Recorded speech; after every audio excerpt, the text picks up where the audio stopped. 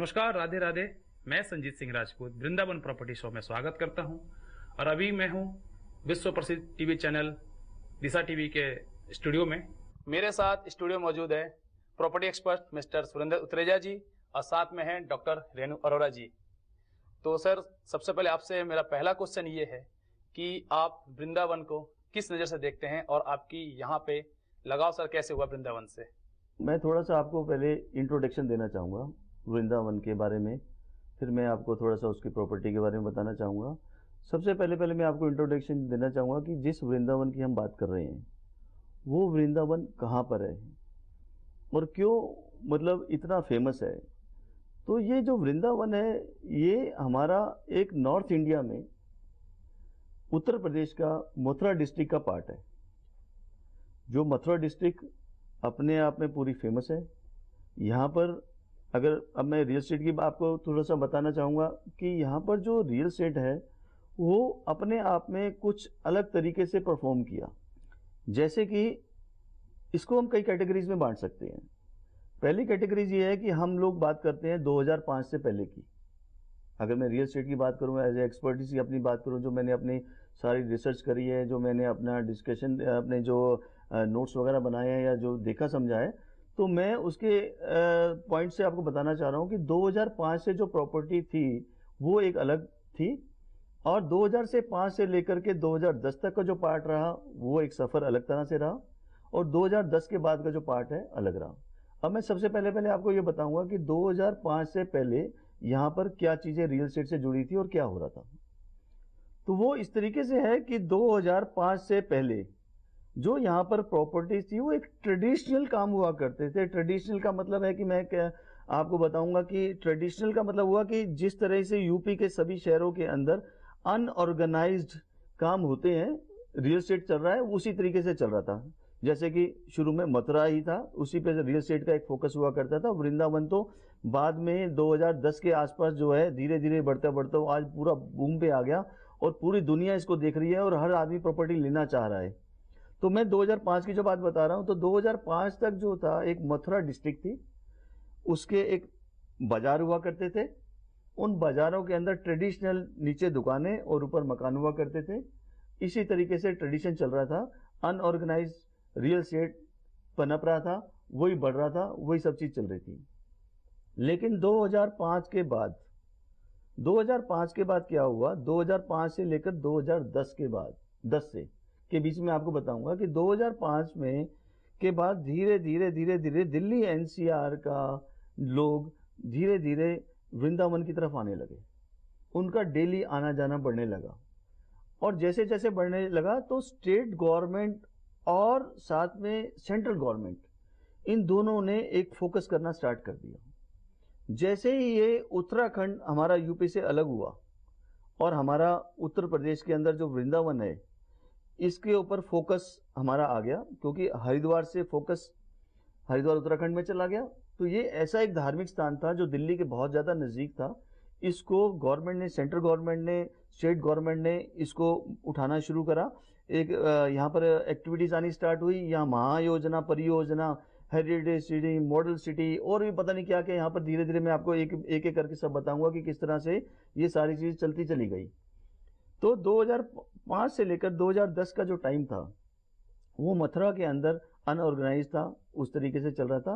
2009 के बाद यहाँ पर प्रॉपर्टी में धीरे धीरे एक बहुत ही तेजी से उछाल आने लगा, जो आज आप सब लोग देख रहे हैं कि इतना उछाल क्यों आ रहा है। और रेट्स तकरीबन बढ़ते चले जा रहे हैं और इतनी स्पीड से जो बढ़ते चले जा रहे हैं उसके पीछे बहुत सारे रीजंस हैं जो मैं हर शो में धीरे धीरे आपको बताने की कोशिश करूंगा। जैसे कि मैं अभी आपको बताना चाह रहा हूं कि जो भी मैं डिस्कशन कर रहा हूं, आज का जो मेरा टॉपिक है वो मेरा टॉपिक ये है कि मैं आपको 2010 से पहले क्या क्या यहाँ हुआ और 2011-12 तक की जो चीजें बताऊं। उसके बाद 2021 तक क्या हुआ, कैसे हुआ, कौन कौन से डेवलपर आए, कैसे कैसे डेवलपर आए, क्या क्या चीजें यहाँ पर हुई, कैसे माइलस्टोन बनता चला गया, कैसे ये सबका फेवरेट डेस्टिनेशन बन गया, किस तरह से हॉस्पिटल्स, उसके अलावा यूनिवर्सिटीज, ये सारी चीजें मैं आपको धीरे धीरे सब चीजों को बताता रहूंगा। जैसे कि मैं आप बताना जो करी, सबसे पहले श्री ग्रुप ने करी। श्री ग्रुप के अगर हम प्रोजेक्ट देखेंगे, एक से एक अच्छे प्रोजेक्ट उन्होंने डिलीवर करे, बहुत अच्छा उनका नाम है। और जिस मैं स्टूडियो में बैठा हूँ, ये एक नोएडा में स्टूडियो है, यहाँ पर भी एक बहुत अच्छा प्रोजेक्ट इन्होंने लाए और डिलीवर करा। और श्री ग्रुप की जो एक पॉपुलैरिटी है वो उनको मथुरा से ही मिली। और उन्होंने ये देखा कि मथुरा के अंदर जिस तरीके से यहाँ पर कंजस्टेड है और एक अच्छा एक लेविश लोग जो अच्छे पैसे वाले लोग हैं वो एक अच्छे और एरिया में, ऑर्गेनाइज एरिया में रहना चाहते हैं, तो उन्होंने गोवर्धन चौराया पार करके NH2 के बाद वहाँ राधापुरम और उसके अलावा जमुना धाम, इस तरह के जो प्रोजेक्ट्स है वहाँ पर आने शुरू हुए और लोगों ने बड़ा अच्छा रुझान लिया और वहाँ पर डेवलप होना शुरू हो गया और वहाँ पर लोग शिफ्ट होने शुरू हो गए। यहाँ पर क्या था, यहाँ गेटेड बंद कॉलोनियाँ आने लगी, सीवरेज सिस्टम, पानी का, इलेक्ट्रिकल का, ये पहली शुरुआत श्री ग्रुप ने यहाँ से करी और एक वृंदावन को और मथुरा को एक बहुत बड़ा एक ऑर्गेनाइज सेक्टर की तरफ लाने में इनका बहुत बड़ा योगदान रहा।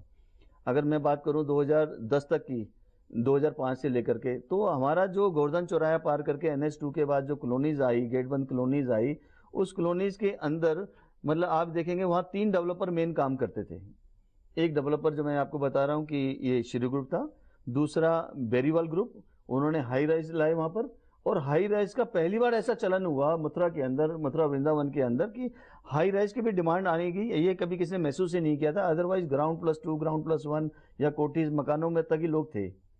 JSR ग्रुप ने काफी अच्छा काम किया वहां पर, ये 3 डेवलपर ने मथुरा को काफी किया और लोगों को एक अट्रैक्शन का पॉइंट बने कि यहाँ पर रियल एस्टेट भी हो सकता है। और नेशनल लेवल के जो प्लेयर थे उन्होंने भी आना शुरू किया। और जो सबसे बड़ा पार्ट रहा वो पार्ट रहा हमारा गवर्नमेंट का, स्टेट गवर्नमेंट का, सेंट्रल गवर्नमेंट का। जैसे अगर मैं सेंट्रल गवर्नमेंट की बात करूं तो इन्होंने एक ये प्रोजेक्ट बनाया कि हम किस तरीके से NH2 को वाइड करें और आश्रम से लेकर के हमारा जो ताजमहल जाने के लोग हैं, जो आगरा तक का रोड है, इसको ऊपर इन्होंने वाइड करने का प्रोसेस बनाया, जो कि 6 लेन का प्लान किया। 6 लेन का प्लान करने के लिए एक बहुत बड़ी परियोजना जिसका बहुत ही ज़्यादा एक्सपेंसिव था, इसकी कनेक्टिविटी को स्ट्रॉन्ग करने के लिए। तो कनेक्टिविटी स्ट्रॉन्ग करने के लिए इन्होंने जो 6 लाइन का प्रोजेक्ट बनाया, जिसके अंदर 16 हमारे 16 ब्रिजेस बने और उसके अलावा हमारे 10 जो सर्विस रोड के ब्रिजेस थे वो थे, 16 अंडरपास आए हमारे, 10 हमारे पेडिस्ट्रियन के पास आए। तो ऐसा करते करते जो हमारा 3 घंटे का रास्ता दिल्ली से लेकर के मथुरा पहुंचने का था, वृंदावन पहुंचने था, वो मात्र हमारा 1.25 घंटे का रह गया आज। तो इतनी डेवलपमेंट, इतनी जो चीज़ें हैं जो मैं आपको बता रहा हूँ, वो सारी चीज़ें एक टाइम पीरियड के साथ साथ होगी और आज यही सब चीज़ें जो है रियल एस्टेट से हमारे को जो है दिख रही हैं और हम उसके ऊपर बात कर रहे हैं। चलिए ठीक है, मेरा अगला क्वेश्चन है डॉक्टर रेणु जी से कि आपने वृंदावन को ही क्यों चुना?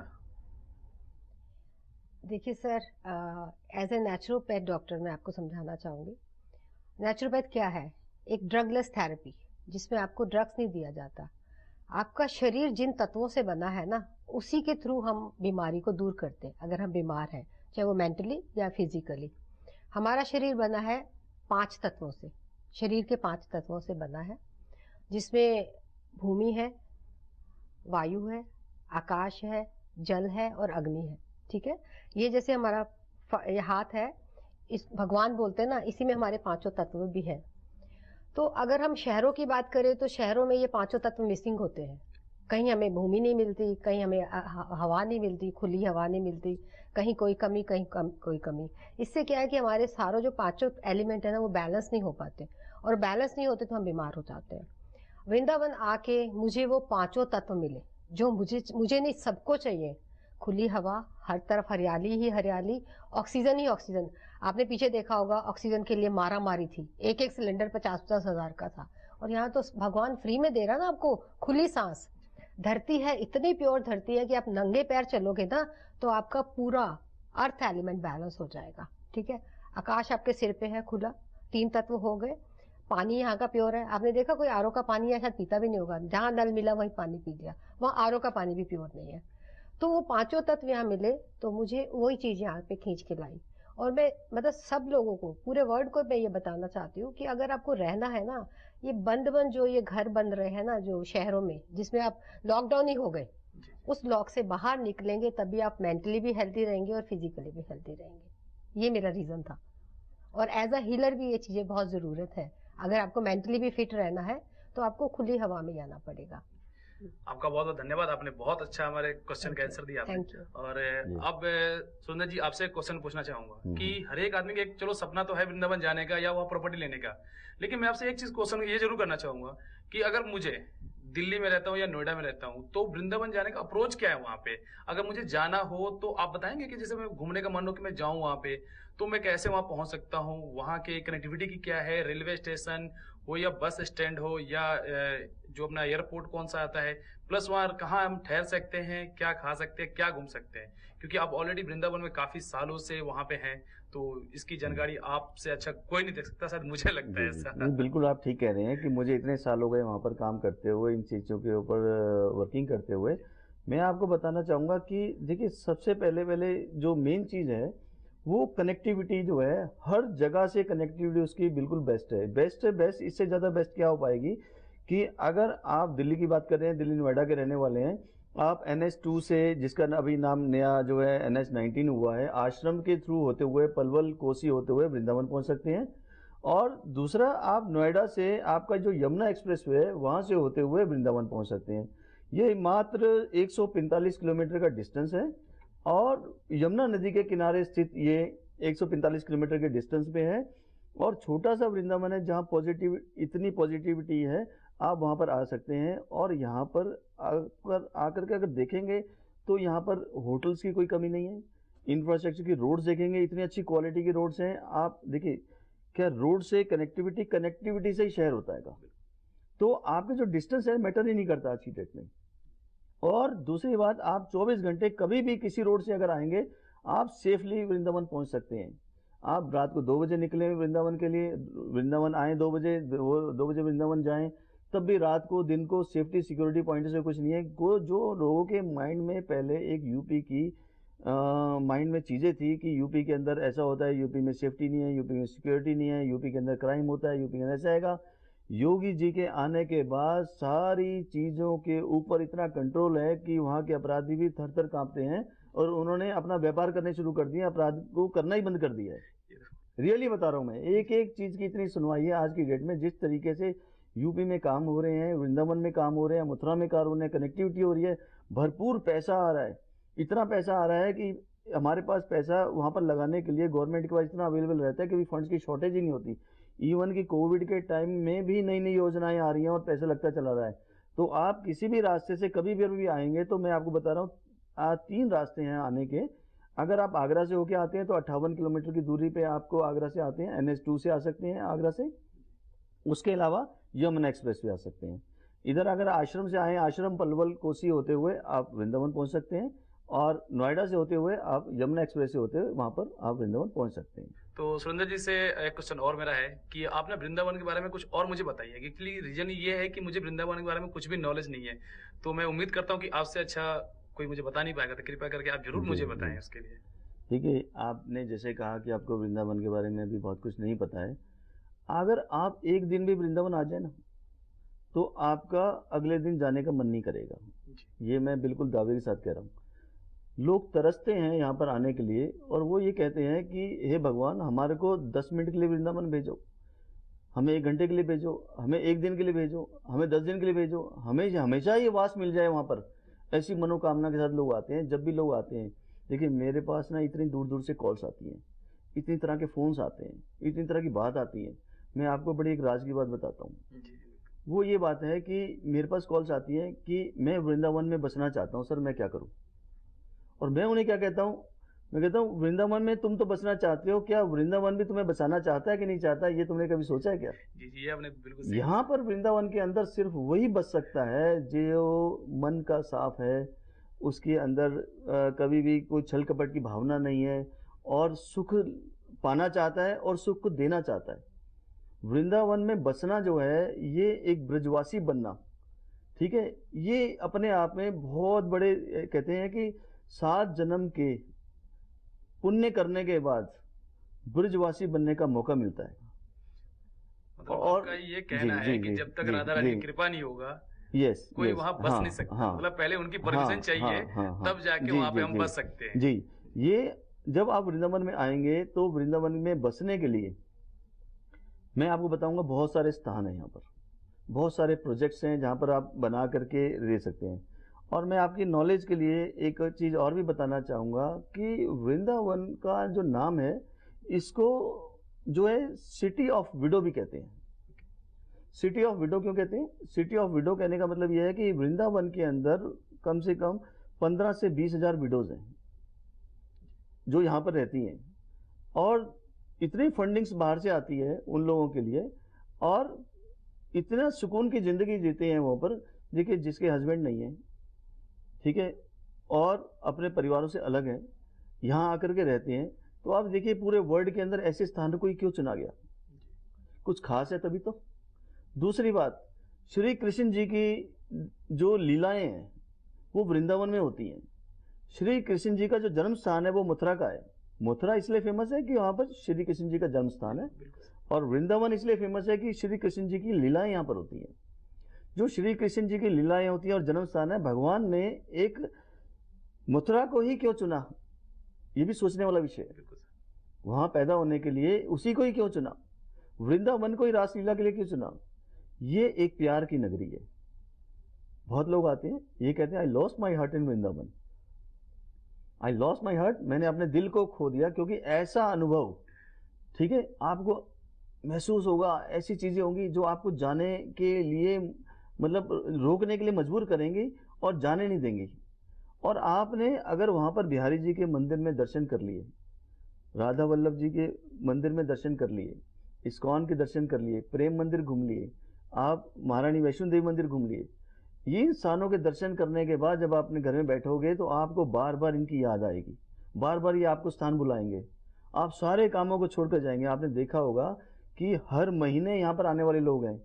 शायद आपको ये नहीं पता होगा कि चांदनी चौक से डेली लोग अपनी गाड़ी करके दर्शन करते हैं, उसके बाद जाके अपनी दुकानें खोलते हैं। कुछ खास होगा ना, किसी को 25 साल हो गए, किसी को 40 साल हो गए, तो कुछ खास है ना।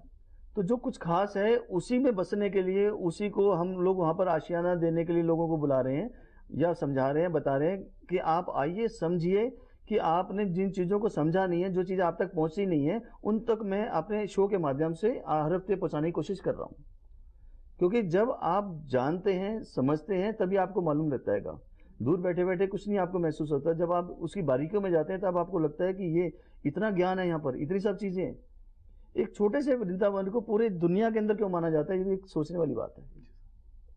तो इसलिए आप वृंदावन आए, बहुत खुशी है, सभी लोग आए और सभी को मौका मिले।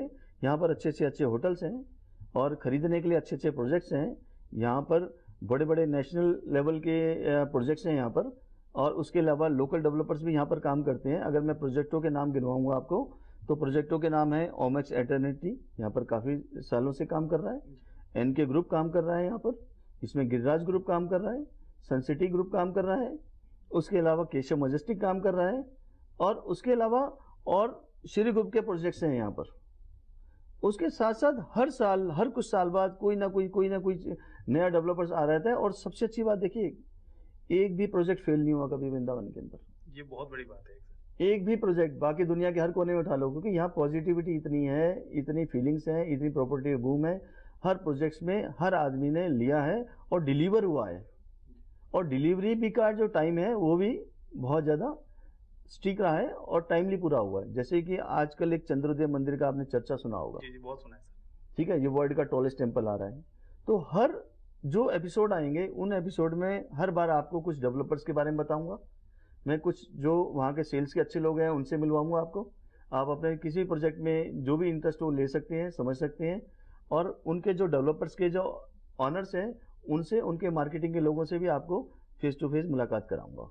तो सर, आपका कहने का मतलब ये है कि जो हमारा अगला शो आने वाला है वो और भी ज्यादा इंटरेस्टिंग होने वाला है। जी, उसमें जैसे जी, हमने बताया कि हमें सर उसमें अलग अलग डेवलपर से मिलने का मौका मिलेगा, जी, हमें जी, और भी जी, बहुत जी, करीब से वृंदावन को जी, जानने का मौका मिलेगा, जी, वहाँ के टेम्पल के बारे में, जी, वहाँ के जी, कल्चर के जी, बारे में, जी, जी, ये सब जानने का हमें मौका जी। मिलेगा। और साथ साथ वृंदावन में घूमने का भी मौका मिलेगा। जी, बिल्कुल। मैं आपको बारी बारी हर मंदिर में घुमाऊंगा, हर हफ्ते आपको एक नए मंदिर के बारे में बताऊंगा, उसकी जो इतिहास है वो बताऊंगा। देखिए क्या होता है, हम लोग दिल्ली एनसीआर के या बाहर के कहीं से भी कोई लोग आते हैं, हम लोग इतना फियर में रहते हैं, उस फियर के कारण से हम कुछ चीज़ों को जान ही नहीं पाते। हमें जानना है कि ये हम जो बिहारी जी के मंदिर के दर्शन कर रहे हैं इसका इतिहास क्या है, ठीक है, जो इस्कॉन है उसका इतिहास क्या है, जो वैष्णो देवी मंदिर है उसका इतिहास क्या है। ये सारे एक ऐतिहासिक घटनाएं हैं जिस घटनाओं की वजह से ये मंदिर आ रहे हैं, उनको जानना समझना बहुत जरूरी है। हमारी जो यंग जनरेशन है, नई पीढ़ी है, उनको good morning, good evening, good night के अलावा कुछ पता ही नहीं है। हमारे धर्म क्या है उसके बारे में नहीं पता। हमारे धर्म की नॉलेज उनको देनी है, हमारे को उनके इस चैनल के माध्यम से उनको बताना है। हमें वृंदावन के जो टूरिस्ट प्लेसेस हैं उनके बारे में बताना है, वृंदावन के जो प्रोजेक्ट है उनके बारे में बताना है, वृंदावन की जो हेल्थ की टिप्स हैं, जो डॉक्टर साहब हैं और भी हमारे जो पैनल में हैं उनको हम स्टूडियो में ला करके बारी बारी उनके रूबरू कराना है, आपको बताना है कि आप कैसे हेल्थी रह सकते हैं। सर एक क्वेश्चन और है मेरा, जैसे कि अगर वृंदावन के रियल एस्टेट के बारे में किसी को जानकारी चाहिए जी, या जी। वहाँ पे टूरिस्ट बन के ऐसा आ रहा है घूमने फिरने जी के लिए, जी जी तो जी, कोई जी, ऐसा एक नंबर आप हमारे जी, दर्शकों को जरूर जी, बताएं, जी, जी, बिल्कुल, ताकि बिल्कुल। उनको अगर रियल एस्टेट हाँ, के बारे में हाँ, कुछ हाँ, परचेज करना हो जी, या जी, घूमने फिरना हो तो जी। उनको थोड़ा सा हेल्प मिले उस चीज के बिल्कुल लिए। बिल्कुल, देखिए हमारा एक स्पेसिफिक नंबर है, इस नंबर पे हम आपको सारी जानकारियां देते हैं। वो जानकारियां क्या हैं वो भी आपको बता दूंगा कि हेल्थ से रिलेटेड इंफॉर्मेशन अगर आपको चाहिए तो डॉक्टर्स उस नंबर्स को पिक करते हैं, वो आपको पूरी इंफॉर्मेशन फ़ोन पे देते हैं। अगर आप उनसे मिलना चाहें, रूबरू आना चाहें तो टाइम लेकर मिल सकते हैं, आपको हेल्थ की टिप्स मिलती हैं। उसी नंबर पे ही, उसी नंबर पे आप रियल एस्टेट की कोई बात करना चाहें, पूछना चाहें, कोई लीगल जानकारी लेना चाहें, प्रोजेक्टों की डीप स्टडी करना चाहें, उसको देखना चाहें, विजिट कराना चाहें, तभी उस नंबर पे बात कर सकते हैं। उसके अलावा वहाँ खाने के, रहने के, ठहरने के जो भी सुविधाएं हैं उनके बारे में जानना चाहें तो ये है, तो ये आप ये समझ सकते हैं एक सूचना केंद्र का जो नंबर होता है बेसिकली ये नंबर है। जैसे कि मान लीजिए एक 100 नंबर होता है, आप पुलिस की हेल्प करते हैं, जी है ना, ये नंबर भी एक ऐसा नंबर है जिस नंबर पे आप फोन करके कभी भी कुछ जानकारी ले सकते हैं, जिसका नंबर है मैं बताऊंगा आपको 8687-900-900 8687-900-900। इस नंबर पे कॉल करके आपको इन तीनों चीज़ों के बारे में या वृंदावन के बारे में या मुझसे बात करने के बारे में कुछ भी जानना चाहते हैं तो आप 24x7 कभी भी आप कॉल करके ये इन्फॉर्मेशन कलेक्ट कर सकते हैं, क्योंकि मेरा जो उद्देश्य है ज़्यादा से ज़्यादा लोगों को वृंदावन से कनेक्ट कराना, ज़्यादा से ज़्यादा लोगों को हेल्थ की टिप्स पहुंचाना, टूरिज्म से रिलेटेड जितनी चीज़ें हैं उनके बारे में बताना, अच्छे सुविधाओं वाले रहने के, खाने के सुविधाओं वाली चीज़ें, क्योंकि आज वृंदावन वो वृंदावन नहीं रहा जो किसी टाइम में लोगों ने सुना होगा। आपने सुना होगा कुछ लोग वृंदावन बोलते हैं, कुछ वृंदावन बोलते हैं, ठीक है ना। ये वृंदावन से वृंदावन क्यों हो गया कि वृंदावन से वृंदावन इसलिए हो गया कि यहाँ पर इतनी तेजी से रियल एस्टेट ग्रोथ किया, इतनी तेजी से हॉस्पिटैलिटी ग्रोथ की, इतनी तेजी से किया, ये सारे गवर्नमेंट, सेंट्रल गवर्नमेंट और स्टेट गवर्नमेंट के बहुत अच्छे जो इम्प्लीमेंटेशन थी, उनके जो उनकी परियोजना थी, उसी वजह से आज इतना कुछ हमें जो सब लोगों को मिल रहेगा। और इसमें रियल एस्टेट के जो डेवलपर थे उन्होंने भी एक की रोल यहाँ पर प्ले किया। जी बिल्कुल। वो की रोल प्ले किया कि उन्होंने अपनी अपनी जिम्मेवारियों के साथ काम किया। बहुत सारे एरिया है जिसमें इन्फिनिटी ब्रिज भूमि जो इन्फिनिटी वाले हैं वो बहुत सारी रोड्स को ध्यान रखते हैं, उसकी केयर करते हैं। उसके अलावा इस्कॉन के जो भक्ति वेदांता मार्ग है उसकी देखरेख करते हैं। तो मिलजुल करके एक टीम वर्क हो रहा है। इस टीम वर्क के अंदर स्टेट गवर्नमेंट है, सेंट्रल गवर्नमेंट है, लोकल डेवलपर्स हैं, नेशनल लेवल के प्लेयर्स हैं, डेवलपर्स हैं, उनकी वहाँ के जो लोग हैं पर्टिकुलर्स, जो वहाँ के लोग रहने वाले हैं, जिसकी बड़ी प्यारी मीठी भाषा है ब्रिजवासी भाषा। सर ये चीज तो ठीक है मानने ना? वाली बात है। तो हर चीज यूनिक है, हर चीज वहाँ के कन कन में भगवान विद्यमान है, ये कैसे विद्यमान है वो भी है। और आपको इतनी कुछ है, इतनी कुछ बताने के लिए चीजें मेरे पास, इतनी कुछ बताने के लिए शायद कितने भी शो करते चले जाएंगे ना, कम नहीं पड़ेंगे। आप मुझे बोलें कि मैं वृंदावन में जो श्री कृष्ण जी के वंशज हैं उनसे मिलवाऊं तो मैं आपको उनसे भी मिलवा सकता हूं। अच्छा, ये जी, तो बहुत बड़ी बात आज है। भी वृंदावन के अंदर उनके वंशज जो मंदिरों की सेवा करते हैं, आप किसी भी टाइम जाकर के आप मिलना चाहेंगे तो मिल सकते हैं, लेकिन क्या है, जानकारी नहीं है। जानकारी नहीं हो। तो घर बैठे बैठे कोविड के टाइम में लोगों को घर में से निकलने की जरूरत ना पड़े, जानकारी घर बैठे बैठे मिलती रहे, और जब आए तो आप एक नए नजरिए से वृंदावन को देखें इन जानकारियों को लेकर के। तो आपको हर एपिसोड में बार बार मैं बता रहा हूं कि नई नई चीज जानकारियां मिलेंगी। तो ये एक रियल एस्टेट का प्रोजेक्ट ये बेचने या बताने का जरिया नहीं है, ये वृंदावन से कनेक्ट करने का, हेल्थ से कनेक्ट करने का, टूरिज्म से कनेक्ट करने का, वृंदावन से कनेक्ट करने का, उसके अलावा जो धार्मिक स्थान है उनका कनेक्ट करने का है। और जो नई पीढ़ी है उसको बताने के लिए ये प्लेटफॉर्म बनाया जा रहा है कि वो भी किस तरह से अपने परिवार के अंदर संस्कार क्या है, हमारे क्या चीजें हैं, क्यों चीजें हैं। देखिए बहुत सारी कहावतें बनी हुई हैं, हर कहावत का एक मतलब है। और दूसरी बात में है ना, हर एपिसोड के अंदर आपको एक कहानी जो सच्ची कहानी है, वो चमत्कार जो घटना घटती है वृंदावन के अंदर, वो जरूर बताने की कोशिश करूंगा। जी सर, आपकी बहुत तो हर बार आप देखते रहिएगा ये प्रोग्राम दिशा चैनल पे हर इतवार को, ताकि आप ज़्यादा से ज़्यादा जानकारी ले सकें और समझ सकें। इसको मिस नहीं कीजिएगा, क्योंकि ऐसे प्रोग्राम जो निस्वार्थ भावना से किए जाते हैं और लोगों को बताने समझाने के लिए जाते हैं, क्योंकि मुझे इतनी प्रेरणा मिली वृंदावन से, तो मैं चाहता हूं कि भगवान ने मुझे इस लायक बनाया कि मैं आपको वृंदावन की एक छोटी छोटी जानकारी आप तक पहुंचा सकूं दिशा चैनल के माध्यम से, एक धार्मिक चैनल के माध्यम से, ताकि हम लोग आपस में टीम को और बढ़ाएं और वृंदावन से लोगों को जोड़ें। जो मैं जानकारी आपको दे रहा हूं, ये जानकारी आप लोगों को दें, जिससे ज़्यादा से ज़्यादा लोग वृंदावन से जुड़ें और ज़्यादा से ज़्यादा इसका फायदा उठा सकें। सुरेंद्र जी, वृंदावन प्रॉपर्टी शो में आने के लिए आपका बहुत बहुत धन्यवाद करता हूं। साथ में डॉक्टर रेणु अरोड़ा जी का भी बहुत बहुत धन्यवाद करता हूं कि आप वृंदावन प्रॉपर्टी शो में आए, टाइम निकाल कर, उसके आपके लिए बहुत बहुत दोनों आदमी का बहुत बहुत धन्यवाद करता हूं। और अगली शो में मैं आपको दिखाने वाला हूं वृंदावन के टॉप 10 प्रोजेक्ट के बारे में, साथ में वहां के जो फेमस टेम्पल है उसके बारे में आपको दिखाने वाला हूं। तो अगले शो जरूर देखें, हर एक रविवार सुबह 8:15 पे, केवल दिशा टीवी पे। तो सभी लोगों को नमस्कार, राधे राधे।